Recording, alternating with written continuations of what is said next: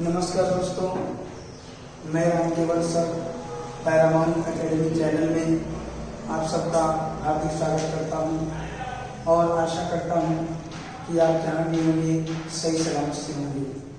दोस्तों, जैसा आप सबको पता है कि लॉकडाउन के इस स्थिति में हर एक चीज में अनेक बाधाएं आ रही है। पठन पाठन से लेकर के आने जाने में हर चीज में बाधाएं आ रही है। तो पठन पाठन में आ रहे व्यवधान को दूर करने के लिए हम लोग आज से ऑनलाइन क्लास के अंतर्गत वीडियो बना करके आप लोगों के समक्ष लाने का प्रयास कर रहे हैं और आज हमारा पहला वीडियो है। इस वीडियो के द्वारा हम पूरे इतिहास को कवर करेंगे और संविधान को कवर करेंगे। साथ ही साथ बहुत ही अच्छे मजेदार रोचक ट्रिक के द्वारा आपकी पूरी जीएस को तैयार कराएंगे।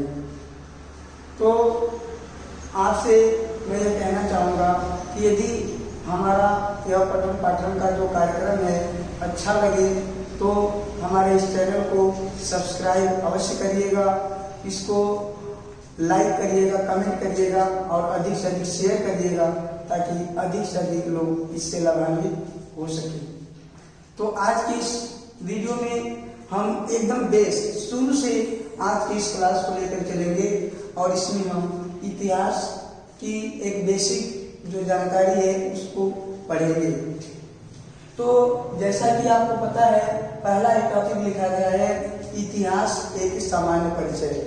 इतिहास एक सामान्य परिचय, इसके द्वारा हम लोग इतिहास का अर्थ, इतिहास की परिभाषा, इतिहास के पिता या फादर ऑफ हिस्ट्री जिसे कहा जाता है, इन सब चीजों को अध्ययन करेंगे। साथ ही साथ इतिहास के भाग, इतिहास को कितने भागों में डिवाइड किया गया है। आज की इस वीडियो में ये मुख्य टॉपिक रहेंगे। तो आज हम शुरू कर रहे हैं इतिहास एक सामान्य परिचय। तो इसमें पहला आता है इतिहास का अर्थ। पूछ देते हैं कि इतिहास का क्या अर्थ है। तो इतिहास हिंदी के दो शब्दों इति धन हास, इति धन हास से मिलकर बना है। इति का अर्थ होता है ऐसा ही और हास का अर्थ होता है घटित हुआ। इति का अर्थ ऐसा ही और हास का अर्थ घटित हुआ, अर्थात ऐसा ही घटित हुआ।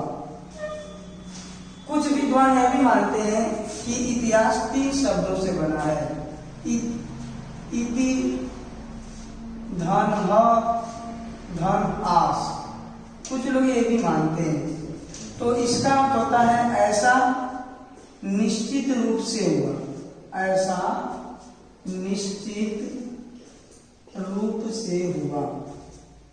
तो इतिहास का हम अर्थ देखें, ये था इतिहास का अर्थ। नेक्स्ट हमारा टॉपिक है इतिहास की परिभाषा।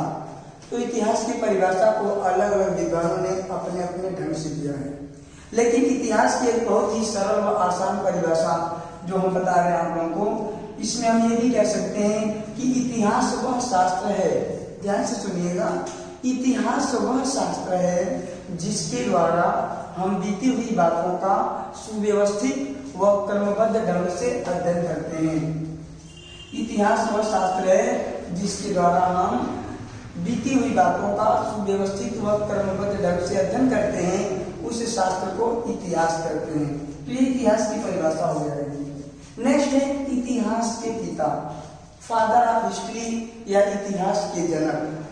तो इतिहास के जनक हेरोडोटस को कहा जाता है, हेरोडोटस। ये बहुत ही महान विद्वान थे, इन्हीं को फादर ऑफ हिस्ट्री या इतिहास का जनक कहा जाता है। लेकिन थोड़ा सा हम आगे और बताना चाहेंगे कि हेरोडोटस को क्यों इतिहास का पिता कहा जाता है।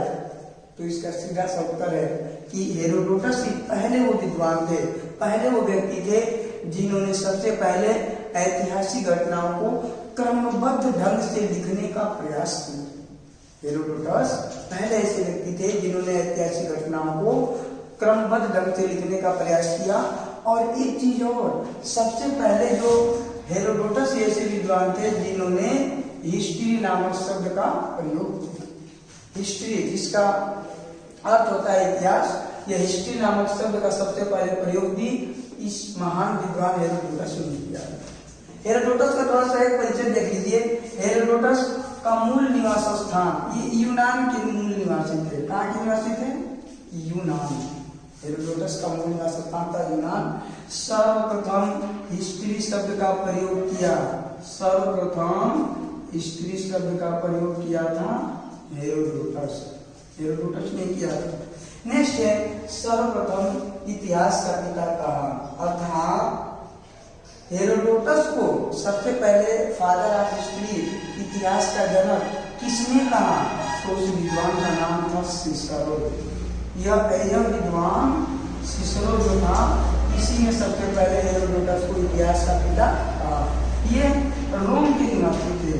सिसरो जो थे रोमन दार्शनिक थे। रोम जो है इटली में पड़ता है और वहीं के दार्शनिक थे, इसलिए इनको रोमन दार्शनिक कहा जाता है। सिसरो को इन्होंने सबसे पहले हेरोडोटस को इतिहास का पिता कहा। नेक्स्ट है हेरोडोटस की प्रसिद्ध पुस्तक का नाम, तो इनकी प्रसिद्ध पुस्तक का नाम है हिस्टोरिका। क्या नाम है? हिस्टोरिका। और नेक्स्ट है हेरोडोटस का अन्य नाम। हेरोडोटस के अन्य कौन कौन से नाम हैं?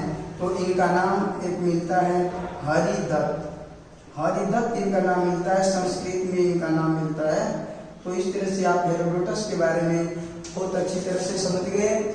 और साथ ही साथ यहाँ पढ़े इतिहास का अर्थ, इतिहास की परिभाषा, इतिहास के पिता और हेरोडोटस का संक्षिप्त परिचय। अब नेक्स्ट अभी पढ़ेंगे हम लोग इतिहास के तो नेक्स्ट पढ़ेंगे अब हम लोग इतिहास के भाग। इतिहास को कितने भागों में बांटा गया है?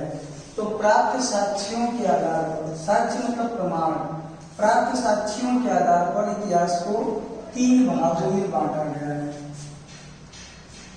पहला है प्रागैतिहासिक काल, दूसरा है आद्य ऐतिहासिक काल और तीसरा है ऐतिहासिक काल। इन तीनों को बारीकी से समझिए और तीनों बिल्कुल सेम है, थोड़ा थोड़ा सा अंतर है। एक याद कर लेंगे तो बाकी दोनों भी याद हो जाएगा। साहित्य रूप में हम लिख भी दिए, लिखित साक्ष्य नहीं मिलता, सीधा सा इसका अर्थ है कि वह काल जिसके बारे में हमें कोई भी लिखित साक्ष्य नहीं मिलता, उसे कहते हैं प्रागैतिहासिक काल। वह काल जिसके बारे में कोई भी लिखित साक्ष्य नहीं मिलता, उसे प्रागैतिहासिक काल कहते हैं। जैसे पाषाण काल, पाषाण काल का नाम हम सब सुने हैं, जानते हैं। पाषाण काल के मानव को लिखने पढ़ने का ज्ञान नहीं था, इसलिए हमें उस काल के बारे में कोई भी लिखित साक्ष्य नहीं मिला है। अरे लिखित साक्ष्य तो बहुत दूर की बात है। उस मानव को चलने फिरने, उठने बैठने, खाने पीने, किसी भी चीज का सही तरीके से ढंग नहीं था, तो वह मानव लिखेगा कहाँ से? तो इसलिए हमें इस काल के बारे में कोई लिखित साक्ष्य नहीं मिलता, इसलिए इसे हम कहते हैं प्रागैतिहासिक काल। नेक्स्ट है आद्य ऐतिहासिक काल। आद्य ऐतिहासिक काल, तो यहाँ लिखे हैं लिखित साक्ष्य मिला है लेकिन पढ़ा नहीं जा सका। तो इसका परिभाषा हम लिख सकते हैं कि वह काल जिसके बारे में हमें लिखित साक्ष्य तो मिले हैं लेकिन आज तक उसे पढ़ा नहीं जा सका, तो उसे कहते हैं आद्य ऐतिहासिक काल। अब आद्य ऐतिहासिक काल को इसके 2 एग्जाम्पल है। पहला है सिंधु घाटी की सभ्यता। सिंधु घाटी की सभ्यता जो उसकी लिपि है, पुष्पशैलम लिपि, जो भाव चित्रात्मक लिपि मानी जाती है, उस लिपि को अभी तक हम लोग पढ़ नहीं पाए हैं। इसके साक्ष्य तो मिले हैं लेकिन पढ़े नहीं जा सके। दूसरा है वैदिक सभ्यता। वैदिक सभ्यता में वेदों की रचना हुई, उपनिषदों की रचना हुई, आर्य ब्राह्मण ग्रंथ ये सब लिखे गए और सब पढ़े भी गए हैं, लेकिन फिर भी विद्वानों ने इसको आद्य ऐतिहासिक काल के अंतर्गत ही रखा है। नेक्स्ट मिलता है ऐतिहासिक काल।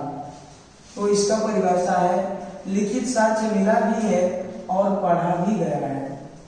तो इसकी परिभाषा वैसे भी बता सकते हैं कि वह काल जिसके बारे में हमें लिखित साक्ष्य मिले भी हैं और वह पढ़े भी गए हैं, पढ़ करके हम उस काल के बारे में उसके सामाजिक, राजनीतिक, धार्मिक, आर्थिक, साहित्यिक, वैज्ञानिक, इन सब बातों का विधिवत जानकारी प्राप्त किए हैं, तो वह काल ऐतिहासिक काल कहलाता है। अब इसका एग्जाम्पल मौर्य काल है, शुंग काल है, गुप्त काल है, और भी जितने भी हैं वो सब इसके अंतर्गत आते हैं। मौर्य काल में आप पढ़े होंगे मेगास्थनीज की इंडिका लिखी गई, चाणक्य का अर्थशास्त्र लिखा गया। शुंग काल में मनुस्मृति मनु के द्वारा रचित। गुप्त काल में तो बहुत सारी किताबें कालिदास के द्वारा लिखी गई किताबों में आप सब जानते हैं, अभिज्ञान शाकुंतलम, मेघदूतम, कुमार संभवम, ये सब किताबें। इसके अलावा विशाखा दत्त, बहुत सारे लोगों ने किताब लिखी, तो ऐतिहासिक काल के अंतर्गत वो सब आ जाएगा। तो आज के इस वीडियो में हम इतिहास के एक सामान्य परिचय के अंतर्गत इतिहास का अर्थ, इतिहास की परिभाषा, उसके बाद इतिहास के पिता हेरोडोटस के बारे में एक संक्षिप्त परिचय, इतिहास के भाग को देखें। इतिहास के भाग में हम एक बार फिर से बताना चाहेंगे, प्रागैतिहासिक काल वह काल जिसके बारे में कोई लिखित साक्ष्य नहीं मिलता, उसे प्रागैतिहासिक काल कहते हैं। आदि ऐतिहासिक काल में वह काल जिसके बारे में लिखित साक्ष्य तो मिला है लेकिन पढ़ा नहीं जा सका, उसे आदि ऐतिहासिक काल कहते हैं। और ऐतिहासिक काल में वह काल जिसके बारे में लिखित साक्ष्य मिले भी हैं और पढ़े भी गए हैं, उसे हम ऐतिहासिक काल कहते हैं। तो आज के वीडियो में इतना ही। जाते जाते मैं आप लोगों से कहना चाहूँगा कि यदि आज का वीडियो यह भली भांति आपको समझ में आया होगा तो हमारे इस पैरामाउंट एकेडमी चैनल को अवश्य सब्सक्राइब करिएगा और इसको अधिक से अधिक शेयर करिएगा और लाइक कमेंट अवश्य करिएगा। जाते जाते एक बार फिर से मैं आप सबका बहुत बहुत धन्यवाद देना चाहता हूँ कि आप लोग हमारे इस वीडियो को देखें। आप सबको बहुत बहुत धन्यवाद। नमस्कार।